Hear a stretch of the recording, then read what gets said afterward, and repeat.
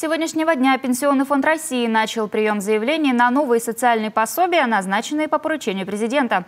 Выплаты нуждающимся одиноким родителям и беременным в трудной жизненной ситуации, вставшим на учет в ранние сроки.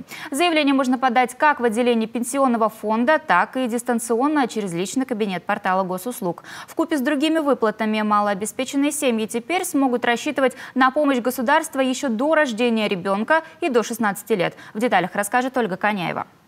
Наталья Применина свою жизнь посвятила детям. Одна 20 лет ухаживала за старшим ребенком, инвалидом с рождения. А еще две лапочки-дочки, школьницы Дарина и Диана. Еще недавно Наталья была многодетной мамой. Работать, естественно, не могла, но пособия по инвалидности, субсидии помогали содержать семью. В мае этого года сына не стало.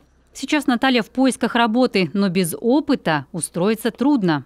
На данный момент у меня нет дохода, служба занятости выплачивает мизер, потому что я 20 лет ухаживала за инвалидом, для них это ничего. И дети маленькие подросли, на них, естественно, как бы выплачивается соцзащита, все это выплачивает, субсидия нам обеспечивается, но этого не хватает в полном объеме. На одну получаю 1200, на вторую 1400, и мне, как малоимущий, выплачивают 2400. Жилье в Сыктывкаре ветхое. Очередь на улучшение жилья с ребенком-инвалидом до них так и не дошла. И переписка с инстанциями не помогла. В Максаковке, тогда еще многодетной семье, дали участок. На материнский капитал женщина с трудом возвела небольшой домик, но без отопления. В зимние холода приходится уезжать. Мне больше нравится здесь, потому что тут природа, тут можно дышать хорошо, а в городе там все пыльно, там машины много ездят. Ну, тут мы гуляем, катаемся, ходим на озеро плавать. Сейчас Наталья проходит обучение и, конечно, пытается выбраться из трудной жизненной ситуации. А пока подспорьем ждет, что будет получать новое пособие, о котором президент говорил в своем послании Федеральному собранию в апреле. Нужно отдельно поддержать те семьи, где мама или папа в одиночку воспитывают ребенка. Поэтому с 1 июля текущего года детям в возрасте от 8 до 16 лет включительно, растущим в таких семьях, будет назначена выплата. Государство должно предоставить прямую поддержку семьям с детьми, которые находятся в сложной ситуации. Правительство России уже зарезервировало на пособие одиноким и единственным родителям свыше 36 миллиардов рублей. Единственный родитель – это чаще всего будет мама. Ну, чаще всего будет мама, у которой в свидетельстве о рождении ребенка будет стоять прочерк папы. Это единственный родитель. Кроме того, одинокий родитель – это может быть как мама, так и папа, потерявшие супруга или супругу, да, которые умерли. Это будет одинокий родитель.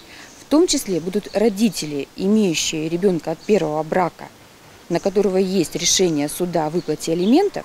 При этом мама может состоять в браке с другим человеком. Если мама претендует на выплату, должно быть обязательное условие решения суда о выплате алиментов.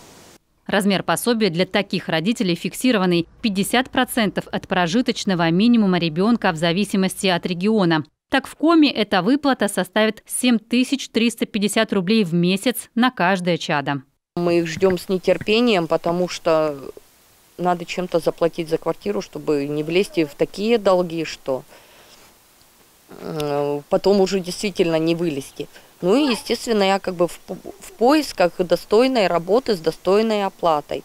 Новое пособие полагается также малообеспеченным беременным женщинам, вставшим на учет на ранних сроках до 12 недель. В нашем регионе размер выплаты – 7857 рублей в месяц или половина прожиточного минимума трудоспособного взрослого. В текущем году такую поддержку получат более 400 тысяч женщин, которые готовятся к материнству. Подать заявление на пособие можно в отделении Пенсионного фонда по предварительной записи или удаленно через личный кабинет портала госуслуг. Важно заполнять данные тщательно, не пропуская обязательные графы, и ответить на все дополнительные вопросы. От этого зависит, примут ли заявку на рассмотрение.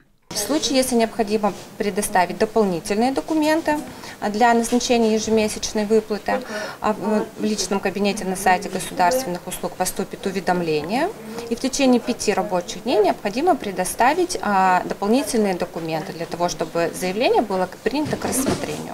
И то, и другое пособие будет назначено, если доход на каждого члена семьи ниже прожиточного минимума. Учитывается сам заявитель, вторая половинка, несовершеннолетние дети и студенты. Если ребенок уже вступил в брак, его в расчет не берут. Также предполагается комплексная оценка нуждаемости, недвижимость, земельные участки, автотранспорт в собственности. Все имеет значение. Критерии прописаны в постановлении правительства России.